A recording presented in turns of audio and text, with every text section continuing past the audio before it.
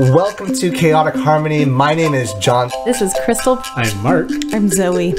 We talk about the joys and the challenges of teaching music in the elementary school classroom. We share inspiration, we share struggles, we brainstorm solutions. We would love to have you join us.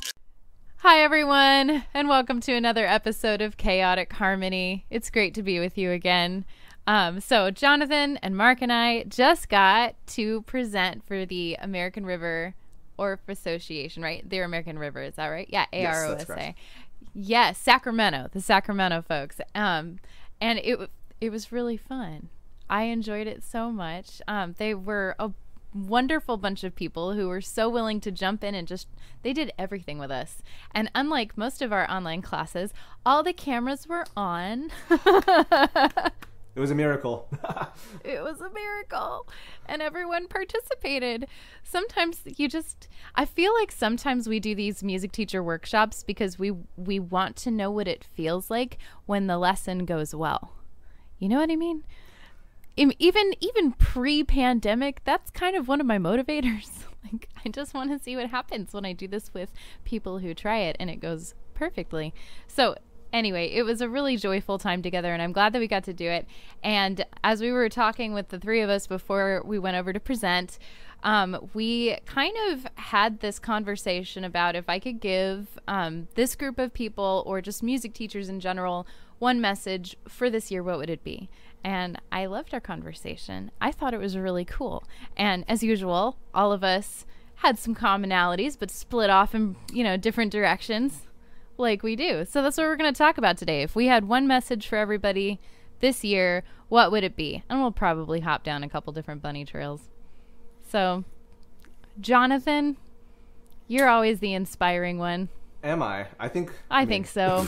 I think we all have our aspects, but he's the one with the torch, actually. He's like behind us, like, come on, go. I mean, it only is natural since there's so much reflection off my head. I have to be the torch. There we go.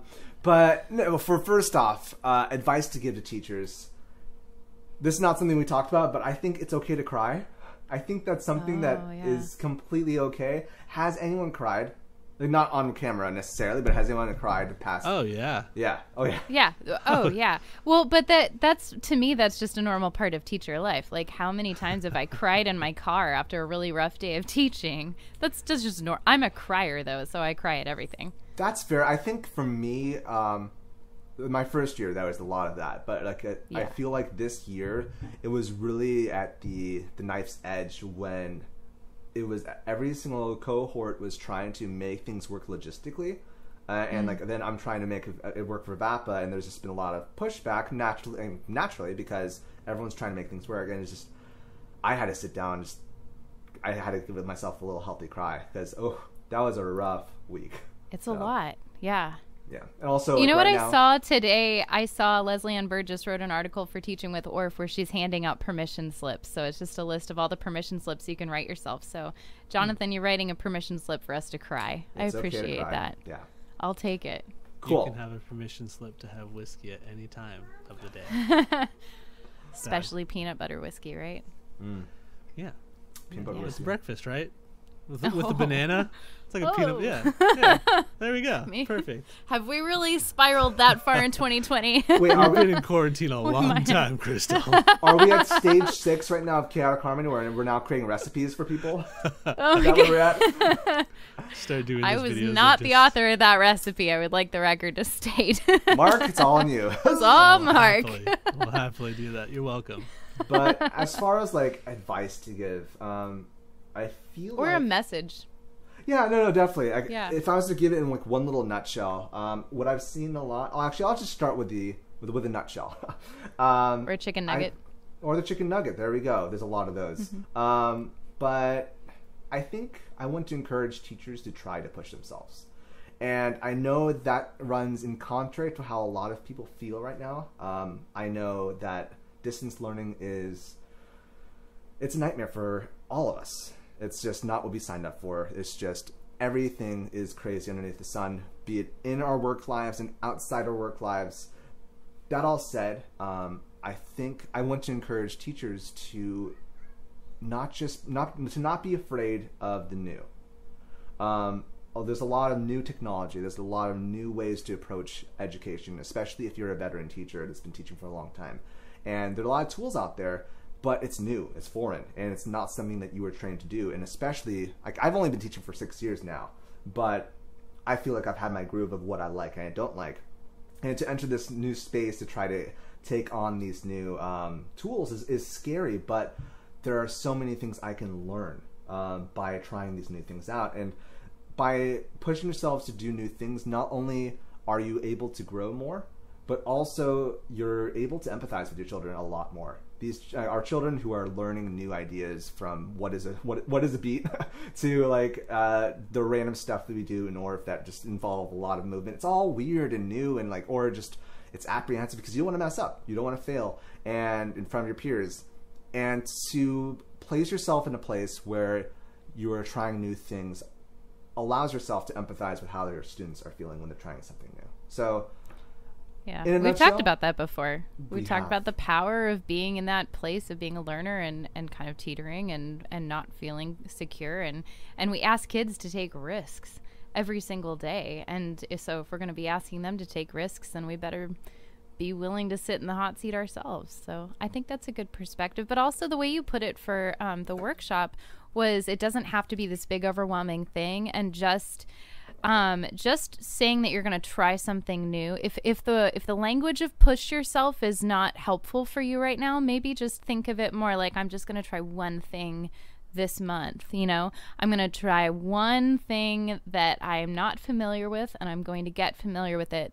And Jonathan used the example of Flipgrid and gave some really great suggestions for how he uses Flipgrid as a collaborative tool, because the kids can respond to each other. It was amazing. Really, really well done. And I've used Flipgrid, but I just never would even think to use it as the kind of community building tool that you used it in your classroom. So maybe just try one thing and do a survey of the other teachers. What tool have you found most useful? And if there's overlap, then you can say, okay, so 3 people are using this thing. You kind of get the feel of how are you all using it, and then just give it a shot, see how it goes. No, you placed a really good caveat on what I was saying, because, yeah, when I'm saying try something new, I don't mean like I don't throw away everything you've used before. I'm not saying remove all ideas, but try something out that's different. And for me, as you mentioned, Flipgrid's been something new that I've used that has allowed me to allow kids to interact with each other, but also when I'm teaching it, I'm being very patient about it. It's taking it very slow. And so even if it's, as you said, even if it's just one small thing, one bit of new idea will go a long way. I feel like you, as not just for the kids, but for you as an individual. Yeah, and the first kids to record videos on my Flipgrids are never the ones that speak up first in class, which is kind of cool. So it's like, as you're trying new things, you'll probably end up reaching a different set of kids than normally respond to your teaching. So, I mean, there's positives, right? We got to look at it. Got to look at what's happening now because we're trying all these new things. Thanks. Definitely. Yeah. Well, It's that thing where like we now have to do things that we've never done, and so where we have like, oh well, I teach with visual, like I teach with visuals, I teach kinesthetically and stuff, and like yes, but kids still might not respond to that, and so there still might be something for that student that's like, yeah, not for me. Like I'm gonna pass, thanks. But the maybe it's just the fact they need to feel safe in their spot, in their space, to respond to a Flipgrid or something along those lines. Now we're able to reach that student where we weren't in the classroom before. I feel like sometimes for some of these guys, it was school itself was the distraction, and so now we're still teaching through distance learning. So now being at home, some of them are really thriving in that environment. A lot of them are not, but some of them are, and so it's just been kind of interesting to see. Yeah, there's not that necessarily that peer pressure in the typical sense. Like I'm sure there still is, and I'm sure that there are things that students still have to deal with. And no, distance learning is not ideal. But like I'm looking forward to it being over. Right. But students now, like they can, I don't know, it's just a different level, and I think that it's really cool. Yeah. I think that some aspects are cool. Yeah.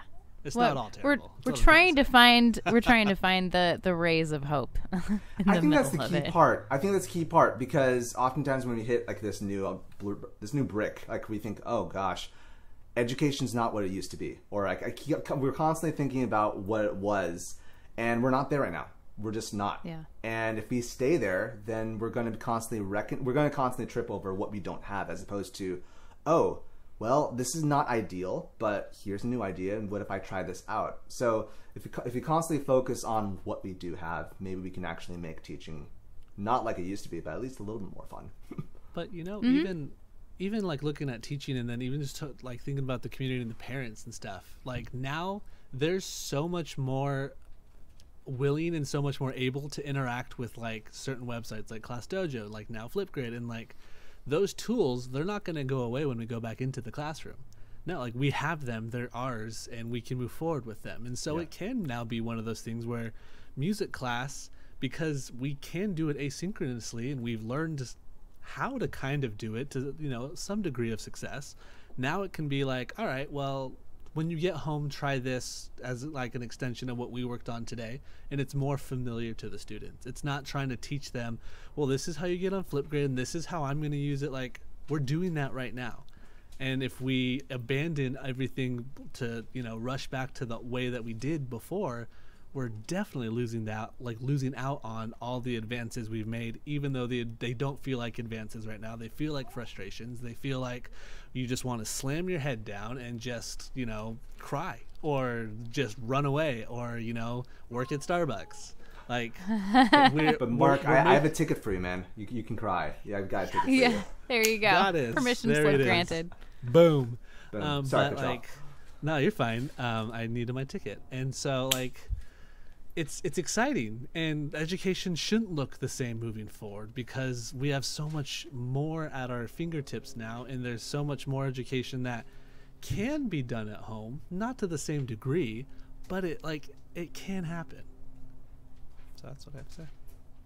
Yeah. Thanks. And as usual, when we were having this conversation, Jonathan and I began on what appeared to be opposite ends of the same the same issue, and then we realized that there was some overlap. This is why our conversations are always lively. My main message was you don't have to learn any new tricks. You have all of the tools that you need. You know enough, and boundaries are a good thing, and you need to say no when people keep asking you to do stuff. So I mean that's coming from just my life phase right now and how I have personally been impacted by all of the pandemic stuff, and I talked about that, you know, a couple weeks ago when we talked about the beginning of the school year, just between my family obligations and all the stuff that I have going on in my personal life. I just have not had energy to throw into learning all the new tricks, nor any desire at all. And just kind of seeing what stuck from the first few lessons that I threw out there, I realized the kids just want to be together. And they just want to feel some sort of normalcy, and we have a relationship because I've been their music teacher this is my 6th year at my school. And so they just want to feel like I have that little tiny, you know, hint of something normal in my life. And so music class can be that, and I can deliver that. My tools that I'm using are a little different right now. I don't use a lot of technology usually in the classroom. So embracing all of the tools that are at my disposal, I can use them. I just don't like to. I think it's always better to get people working together a little more analog. You know, when we're together in person, kids spend so much time on screens. Mm-hmm. Anyway, I feel like I always want to turn the technology off. And I want them looking into each other's eyes and playing off of that, the power of the in-person when we're together. But for now, I'm just going to pivot, and I'm going to take my philosophy and realize that philosophy is enough, and it's going to go really far. So that was kind of my main thing. Just like draw some boundaries. And if you need someone to tell you to have boundaries who's not an administrator, who is like in one breath like, oh, please take care of yourself. Put your oxygen mask on first before you take care of other people. And then in the next breath is like, by the way, here's 10 things that are not part of your contract that I'm going to ask you to do. If you need a colleague to tell you to take care of yourself, I'll be that person. Take care of yourself and say no. Take a sick day if you need it. Mental health qualifies. That's not cheating. Use your sick days. If you need it, take it. If you need help, you can get it. If you need someone to talk to, I'll talk to you. At you know? Vappa. Right? At Finny Vappa on Twitter. Actually, we have a phone number now, so you can call my phone number, and we'll leave that for you at the end of the episode. You can be biffles with us. New best friends, guys. So anyway, biffles? that was the Crystal like and ever. Jonathan. Mark, the more you know. What's today's date? October 22nd. There you go. Oh my goodness. But yeah. So anyway, when Jonathan at first was like, push yourself, I was like, and then we talked, and I was like, okay. No, I see where you're going. It's good to have both balances, and it's good to have, because you're going to have people like you and me who are on different ends. We're both push hard and have different needs as well. And I think it's important to not just push as I suggested, but also if you can't push, you can't push, and that's okay. And that's okay. That's totally okay. And I think more now than ever, placing boundaries are super important. So important. We've got to make it through this year. We got to get through it. And which kind of leads nicely into one of the things that Marc said. And Marc, if you want to share more than just that, please do. But he was saying, do your best, and your best might look different from one day to the next. And I'll let you expound upon that. But I loved that. Yeah, I don't remember if we talked about it in a previous episode, or if I don't remember if it was just last week. I don't know. All the days are. What is still time March anymore? 13th in my head, Time is a flat circle, man. Yeah, absolutely. But like, time is a flat circle. I was sharing with Crystal and John this, and maybe you, the listener, I've already before. So here it is again.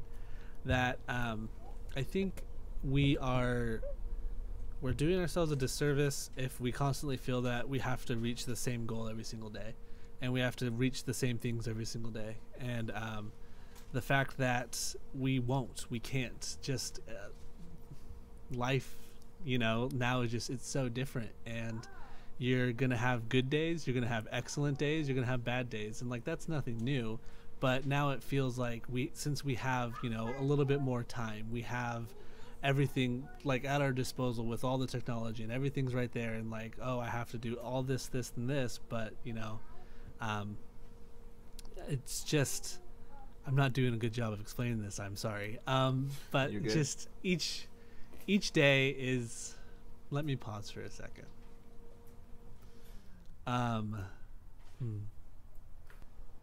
Each day is going to be completely different, just because of the nature of our society, the nature of everything right now. And so all we can ask for is that you do your best that day, and some days your best will be better than other days. That's all I think I have to say about that right now. And it's kind of like what Jonathan was saying before we started recording today about being in a funk yesterday, and like Jonathan's best is like, it makes me exhausted even thinking about it. He's like, I'm going to produce 10 virtual ensembles and save the world. We'll get there. We'll get there. Oh my gosh. And I admire the heck out of it.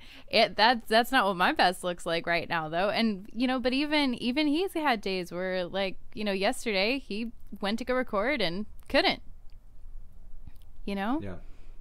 Yeah. And I've had those days where I get off of class and I'm like, okay, I have the babysitter for another hour. I really should plan.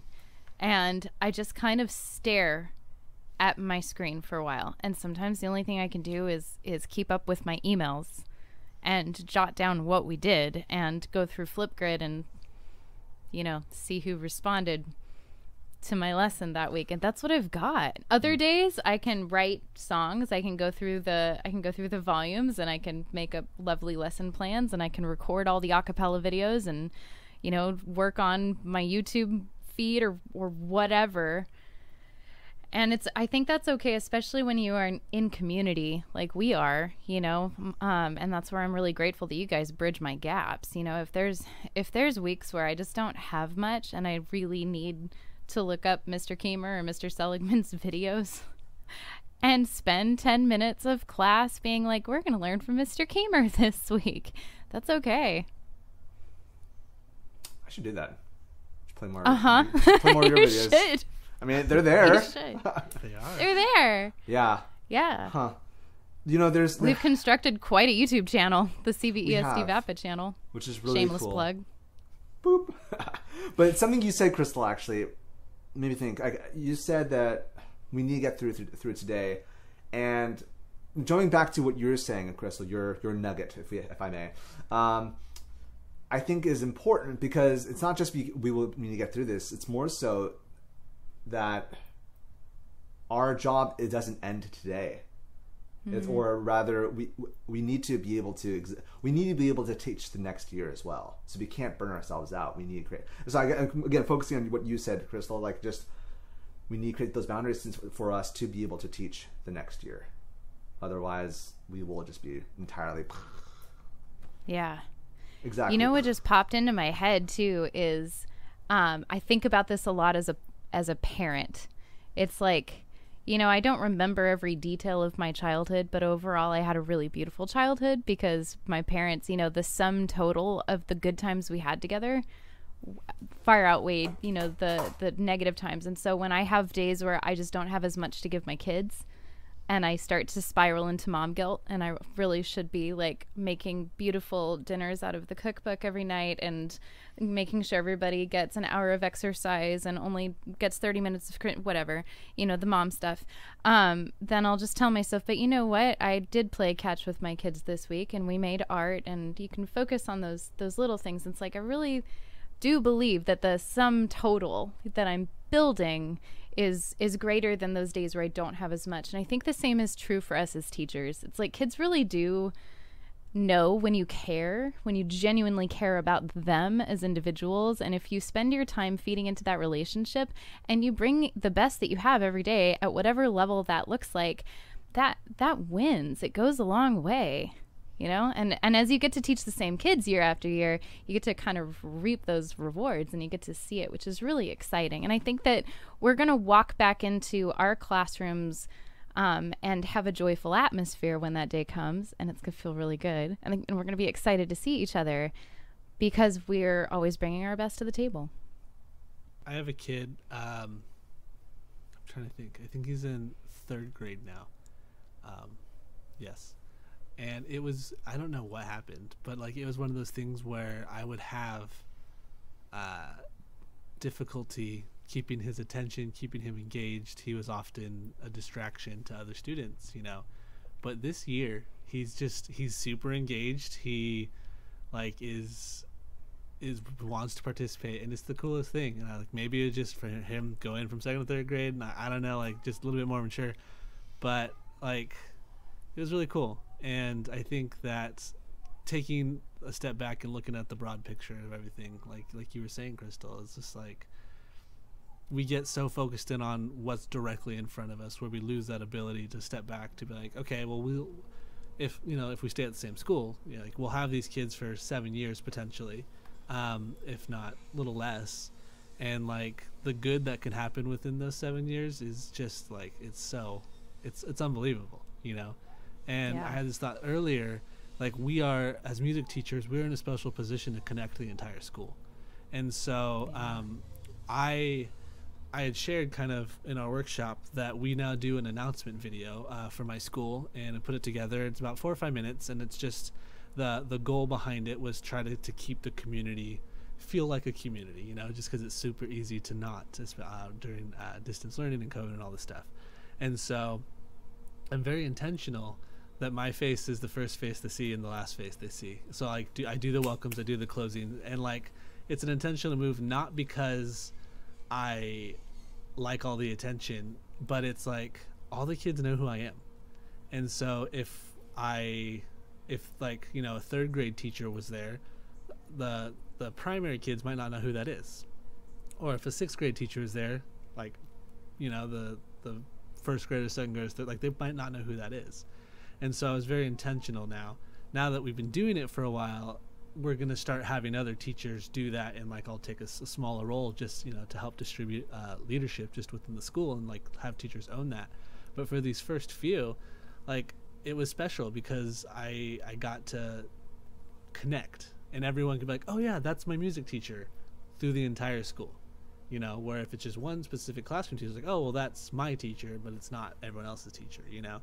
So I just think that as frustrating as it is, and as tiring as it is, and as, insert whatever adjective here, you know, as it is, we still connect. We still connect that kindergarten to that sixth grader, that, you know, that student who feels that they don't have any friends to the student who feels that they have all the friends, you know, like, they all come through our classroom. They all sit, quote unquote, like, within our four walls, and they're common, like, they all have that commonality. And so if we don't use that ability that we have to connect everybody, we're missing out on something really special that can transform a school. Yeah.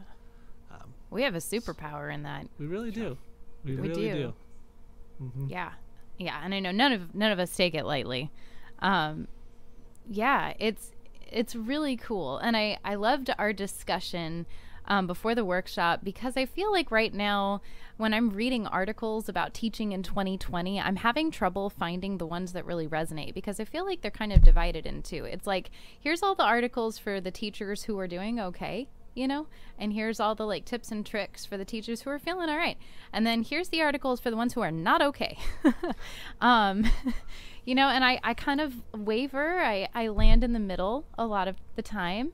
And so maybe this is a conversation for those of us that are in the middle of all of that. It's like, yeah, some days I got it and some days I don't, but I'm also finding a lot of comfort in the thought that all I have to do is do the next right thing. I'm such a planner. I normally have my whole school year planned out. I've got my scope and sequence. I'm checking boxes off, and that's just not teaching in 2020. Sometimes it takes me 3 or 4 lessons to get through the content that I would cover in one last time, just because it takes so much longer to check understanding, especially when kids won't turn cameras on or respond. You know, Jesus, if you're there, answer me.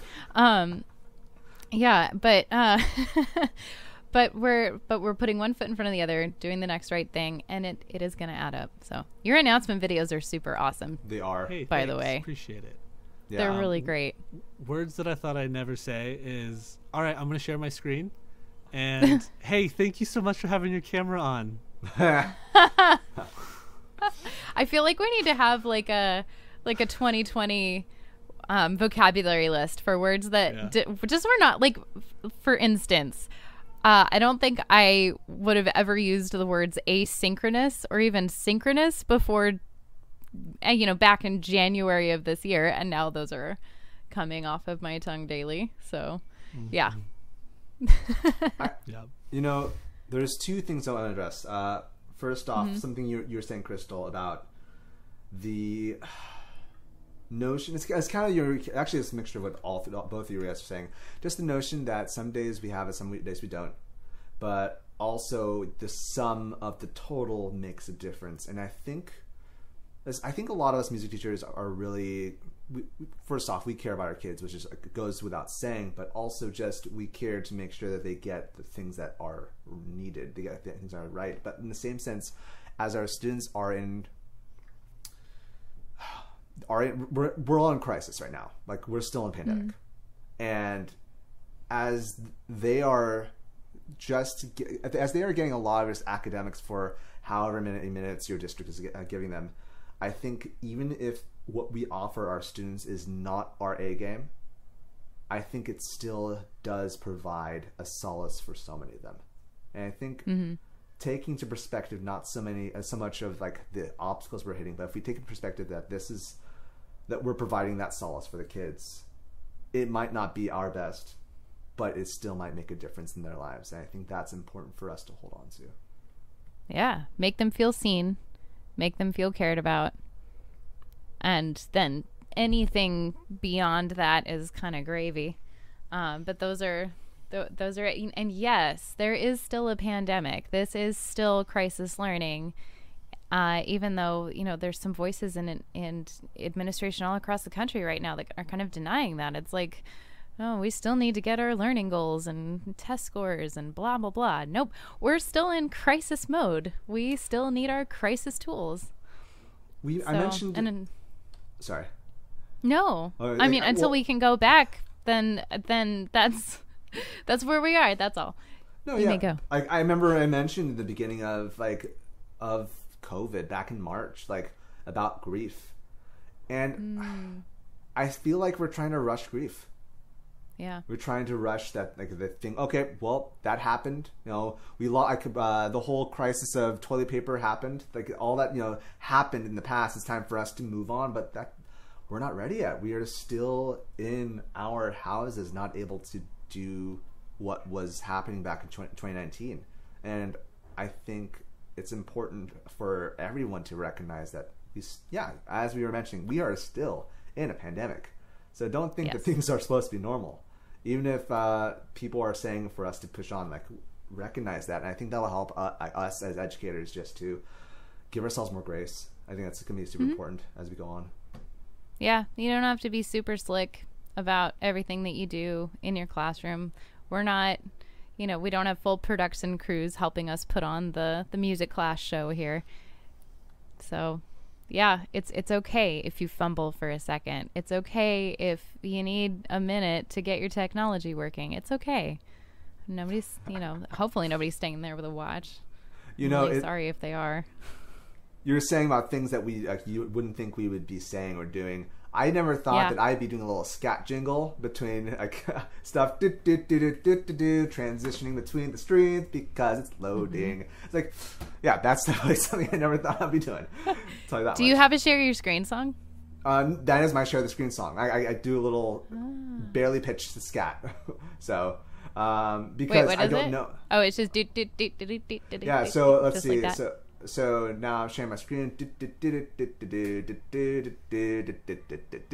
like something like it actually is pretty much like that. I might have to make a jingle on I don't know, on Pro Tools or something after this whole pandemic has eased through. Call it John Scat. John Scat. There we go. Check iTunes. Mine is I'm going to share my screen with you, my screen with you, my screen with you. It's time to share my screen with you. Give me a thumbs up if you can see it. And then I just slow down if my internet's lagging. And I drag my jingle out as long as it takes. I don't know. I can't do that much silence in my class because I know I lose focus as the student. So I always feel like I have to fill it up. But it also was nice, Mark, when you said space is okay. that was helpful. Yeah. Space is okay. That was my permission slip from Mark is space is okay. Space is okay. Space is okay. Sorry, I either scat or I scream. That's just, just like... Oh, you scream? No, I don't. That's bad. That's bad news bears. Anyway. That sounds stressful. Yeah, well, you know what? Just... I don't know where this goes. Moving on. Mark, do you have your own transition? That's the October share your screen song. Gosh. It's a Halloween theme, That's right. Absolutely. That's right. It's the Halloween a spooky season. Spooky. You're just trying to scare kids, John. There we go. Yeah. I got you. Trick. No worries. Yeah. Yeah. I don't have a transition, sorry. Okay. I forgive you. That's your homework for next week. That's okay. So do we want to talk about what are some distance learning lessons or brilliant ideas that have been going well lately? Do you guys have anything to share in that department? Sure. Got a couple. I can jump onto what I was talking about during the workshop for AROSA. Yes. Mr. Seligman's stroke of brilliance. I mean, so what I don't know if I mentioned this during the last episode 2 weeks ago or 2 sessions ago, but regardless, something I've been wanting to do for a long time, for the past 2 years actually, and my students have been upset when they couldn't do it because of technology, is I wanted to do a Foley artist project for the longest time. And if you're not really aware of what Foley Artistry is, it's essentially if you watch any film, video game, movie, or TV show, all the sound effects that you hear are done post-production. So if you see someone walking down a hallway, that's not someone with a mic following senior actor as they walk down the hallway. It's rather someone does that in post-production. They place on shoes and they walk on, the given texture. Or if you see a horse, this is the most classic one. If you see a horse galloping, they don't follow the horse, making sure they capture the sound effect properly. They oftentimes grab plungers, shove cloth into it, duct tape it, and then they onto a given texture. And it's really cool. Did you see that horse? No one saw the horse. No, it's actually outside. That's why. Sorry, it's just picking up some sound, Anyways, I know. But that also something I wanted to do. I forgive you, Mark. So something I've been wanting to do with my students is have a blank video, and students then create the sound effects for that video. And it's a very cool way of students really activating their creativity and thinking about what kind of sounds should they hear. And the thing is, though, the past 2 years, that would require my students bring their laptops to the music room, and there's a lot of issues that might happen, making sure all the software is downloaded properly. There's a lot of rigmarole, which I couldn't do.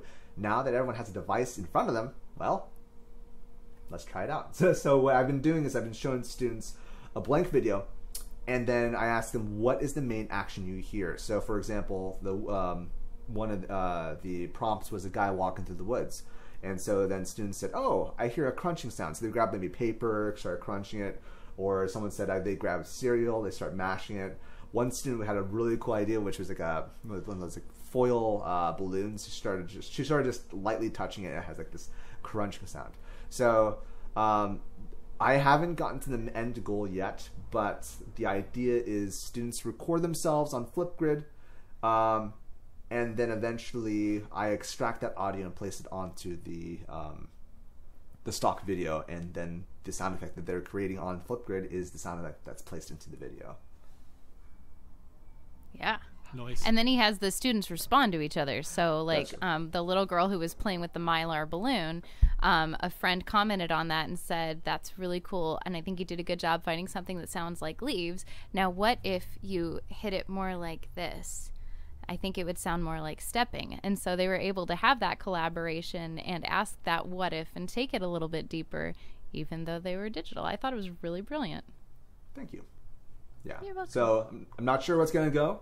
The quarter is still not over yet, so I will keep you posted perhaps in the following episodes. But that's been my main go-to lesson for grades 5 and 6. This is cool. Yeah. I actually took it. So my art teacher and I this week started a new unit. The kids were telling us that they've been drawing a lot of anime or Pokemon while they've been home. That's big. Pokemon's having a resurge, so my boys are all about it. And so they just kept showing us all these Pokemon drawings, and so we're gonna make the Pokemon figures, do something in a video, and then we'll make sound effects for it in music class. Cool. That was our idea. Yeah, I thought it was fun. They're super pumped about it. Yeah, sad part is when you have to take away Pokemon cards when students are in person, but it's the last. That's beside the point. Or Legos. Is it sad, or do you just get a new Mewtwo? The thing is that they're not even. They're just commons. That's the worst part. But I have to take it away. It's like, they're not gonna bring a holographic card. Let's be real here. Anyhow, that's fair. Nerding here. How about you, Mark? What's a lesson that you are trying out this year? Well, I am working on a busking project with my 5th and 6th graders. So I have been very much using Quaver as my curriculum driver this year. And so they have a busking thing for 6th grade, and I'm like, let's try it. So I've been doing it, and the kids seem to enjoy it. And that's kind of what we've been working on. I honestly have no idea kind of where I want to go, because if we were in person, they'd be in groups, but they're not. And so it's like, well, Yeah. And we're in Microsoft Teams, which breakout rooms aren't working very well. Yeah. Yeah. That's a whole nother conversation. That's a whole thing. I know. Sorry I brought it up. It's okay. Come on, Microsoft. Though if you have an answer, you can add us at CH Classroom. Yes. And give us some help. Get us some technology that works. I will say though, the thing about Teams that I do like, just for a moment, is you can call people. Yes. Like, you know what? You need to be in class right now. Let me call you. Oh, you didn't answer? Let me call you again. Oh, let me call a third time. Oh, there you are. So glad you're here. Yeah, so I've been doing that with them. We've been exploring rhythms, reading rhythms. They've used like pattern beats type makers and stuff, and we busted out recorders and started doing recorders just to give them options. And it's going, you know. It's going. Oh. One step at a time. I found Quaver's been a lifeline for me too, and I'm very grateful for it. It helps make things easier because they've got these really fun sound effects and things just built in that I don't think I would ever use in my normal classroom, but it's just nice. Like when someone gets the right answer, I have a little track in front of me. I can click a button, it goes, "Yay!" You know, and they get like an audience. And I've been doing a lot of the rhythm work, like rhythm tic-tac-toe. It's in 3rd and 4th grade, but I put boys against girls. Because it's just easiest, and so they have been on fire about that. So we're keeping a running tally for all of 3rd, 4th, 5th, and 6th grade. And so for the girls, they're smoking the boys. I'm like, come on, boys, gotta pick it up, figure it out. So boys, yeah, lots of games, and they take a pretty significant chunk of time, and then they also make everybody pop off mute, so it's really good for me keeping track of who's following who. It's a little assessment, so you know, if I'm doing like read the rhythm tic-tac-toe, then I can see like, all right, it's just, you know, since I can't walk around the room and hear them play a xylophone, it's that one's been working really well. And then the other thing that we've been doing that has been a lot of fun is I created on Flipgrid, I created a topic. I did a topic where it's like show me something cool, and the kids are always popping in at the beginning of their meeting, and they're like, I learned a song on my guitar, or I learned a new song, can I share it with you? And I want to say yes, but we only have a limited amount of time together every week. So now I just said, like, this is our kind of like our virtual talent show, so you can go in there whenever you want, you can leave a video, and it's really nice because then I can comment on it and you know, say that's cool guys, looks really good, and then all of their friends can see it, and they've been commenting on each other's, and so it's just been nice. It's like our little personal coffee shop. Cool. Open mic. Yeah. There you go. That's what I should name it. Open mic. That'd be fun. I'm going to change it. That would be really cool. And also, if they did it, so I'm thinking right now, something I was going to share beforehand is something that I kind of stole Marc's idea of the whole morning announcements, but for the week, except lately I've been trying to do duets with fellow friends or music educators, and so I would do like a folk song each week for the morning announcements. And lately I've been just inviting different friends to do duets with, and it's also means of having like my own creative voice, you know, just doing something creatively, because right now we're all stuck in homes, whatnot. But you saying about the open mic, that would be really cool if kids could record themselves and have that in a morning announcement as well. Like, ooh, yeah, that'd be cool. I mean, you have to do an audition, whatnot, but I think it'd be cool though. It's like, can you download Flipgrid videos? You can. They are not as good quality is the issue, but there are still things you can do. If you think that if you do an whole audition process, what you could do is have them, instead of using Flipgrid, have them record on their dedicated computer or iPad. Their recording programs are better, and then have them send privately to you via Teams or such, and that way the quality is pretty decent. Yeah, I'm not thinking about high quality though. Like, it would be cool, but like if it's for like a morning thing, like community building, kids just want to see themselves up there. This is true. Oh, yeah. If they already know how to do Flipgrid, and it could just be like, here, if you want, like if you learn something cool, we're gonna have a 30-second spot in every week to feature 2 videos, 3 videos, and it doesn't have to be the full and then thing. that would increase your engagement. There we go. This could be a good thing. I like it. Like and subscribe. I want to hear from our listeners about what they're doing that's working, because I know something that is kind of in short supply right now is inspiration. Remember those days where our best isn't as good as other days? So I want to know what's working for you, whether you're back in person and you're teaching socially distanced with masks and no instruments and no singing, or you're like us and you're still doing distance learning, or something else. You know, I know there's a lot of different things floating around the country or the world right now. So how are you teaching and what's working? And let's just kind of come up with a bank of things that are working. So you can call us and leave us a message at 619-880-3001. So call our number, tell us your name and where you teach and what your situation looks like right now, in person, hybrid, or online, and what's working. So again, 619-880-3001. I cannot tell you how excited I am to hear this from is going to be you. awesome. Please call. I know. Are we going to then play their audio clips on the next Absolutely. episode? We will play the responses on the podcast. Yes. So call it in and give our listeners some ideas. I think we're up to about 500 listeners these days across all of the platforms. So we want to bring our listeners together from all across the country and the world. Let's start banking our resources, because we really believe in community. We believe in helping each other not feel so alone, and we believe in when one rises, we all rise together. So let us know what's going well. This is the thing that we do with KR Comedy is really cool, because it's not just us speaking into the void, but it really is the community that comes out from it. And it's been super helpful, and we do appreciate everyone who's been following us since either day 1 or day 56, or I don't know math, but day whatever, fill in the blanks. But we do appreciate it. We've been seeing your emails, we've gotten your messages, and it's super helpful encouraging for us, encouraging for everyone out there.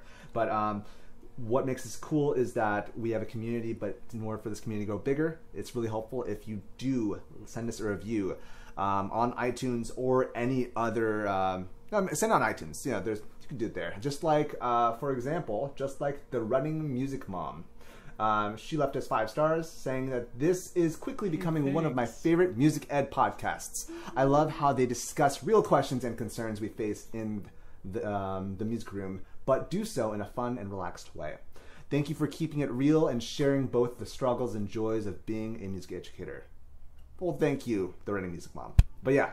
So thank you. Yes, thank you so much. And guys, if you haven't left us a review, please do. It helps just grow this community a lot more. So leave us a review, send thoughts on there, or you can also email us at chaoticcomedyclassroom@gmail.com. Also, you can listen to our podcasts on any podcast listening app, as well as on YouTube as well. And if you're on YouTube, please do like and subscribe. Again, it helps grow this community a lot. So after the break, stay tuned for a song of the week. I want to take a quick break and thank my husband, Bryan, who's been working behind the scenes producing these episodes every week on all of the platforms and on time. But you need to know that he is first a financial planner for Mission Trails Financial. Mission Trails Financial is a partner that seeks to guide clients in the journey to financial success. They believe that people need a financial advisor that aims to provide strategies for success. Mission Trails Financial helps people navigate investments, tax planning, and insurance. Imagine working with an advisor who isn't tied to specific brands. Mission Trails Financial has a fiduciary responsibility to act in the best interests of their clients by providing independent, objective advice. Their mission is to help clients accomplish their financial goals. As Joe Vitale once said, a goal should scare you a little and excite you a lot. Do yourself a favor and set up a time to chat with Mission Trails Financial. Visit www.missiontrailsfinancial.com or call 619-419-0238 to schedule a call. You'll be glad you did. We believe that leaning on professionals is how we get ahead. Check out the program notes for more information. Quarantine song of the week. Jonathan, what song are we playing this week? So I mentioned earlier that I've been doing some duets with some friends, and 2 Mondays ago, I did whenever you view this, add that to the weeks. I did a duet with a friend of mine. His name's Matt Long, and we went to college together, but now he is over across the world, or across the United States, eventually the world. Let's be real. Hi, Matt. So, but yeah, this is a duet. We are singing This Land Is Your Land, so I'm going to say a little diddly before that, and then Matt and I are going to just jump into it. So, all right, enjoy. Good morning, Comets. Mr. Seligman here, and happy Monday. So today's folk song comes from the ground beneath our feet. Yes, the United States. And this song is called This Land Is Your Land by Woody Guthrie. No, not that Woody. There you go. Woody Guthrie. Awesome. So, just like before, first time I'll sing it. Second time I'll talk a little bit about it. And third time, I encourage you to sing along with us. This land is your land. This land is my land. From California to the New York Islands. From the redwood forests to the Gulf Stream waters, this land was made for you and me. As I went walking that ribbon of highway, I saw above me that endless skyway. I saw below me that golden valley. This land was made for you and me. This land is your land, this land is my land. From California to the New York Islands, from the redwood forests to the Gulf Stream waters, this land was made for you and me.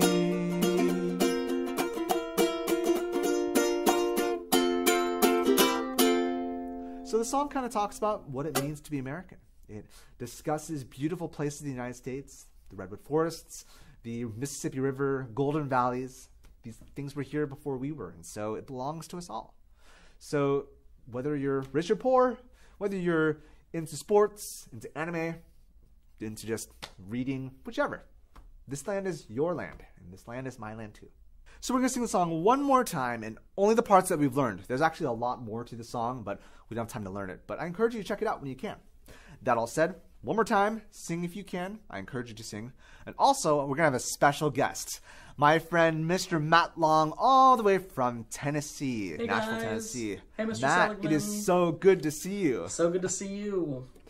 I think you played with me once here at Casillas. I did. During one of the fall festival. festivals. Yeah. Let's go try this out. You ready? Yeah, of course.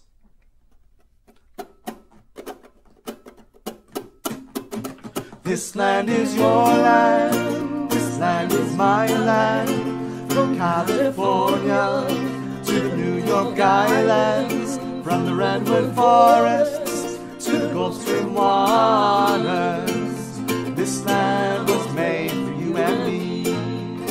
As I went walking that ribbon of highway, I saw above me that endless skyway. I saw below me that golden valley.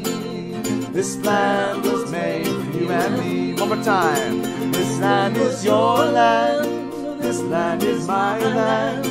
From California to the New York Islands, from the redwood forests to the Gulf Stream waters, this land was made for you and me.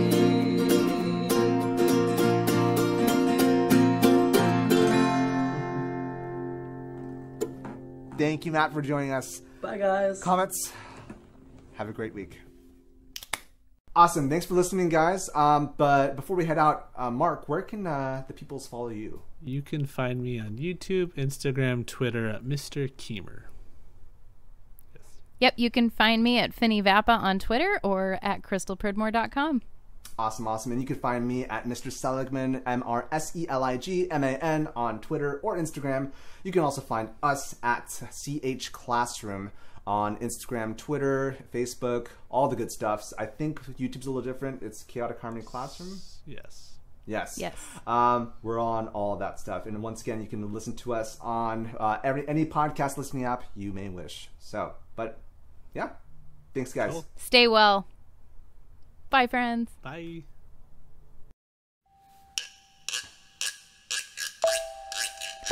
The Chaotic Harmony podcast is a joint project between Crystal Pridmore, Jonathan Seligman, Zoe Kumagai, and Marc Keehmer. You can find us online at chaoticharmonyclassroom.com. You can email us at chaoticharmonyclassroom@gmail.com and let us know what you think. Give us feedback about what you would like to hear in future episodes.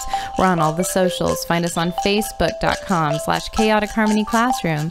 You can find us on Twitter at CHClassroom, Instagram at Chaotic Harmony Classroom, and you can even find our episodes on YouTube. Chaotic Harmony is the name of our channel. Special thanks to Bryan Pridmore for his help with production and equipment. www.pridmoria.com.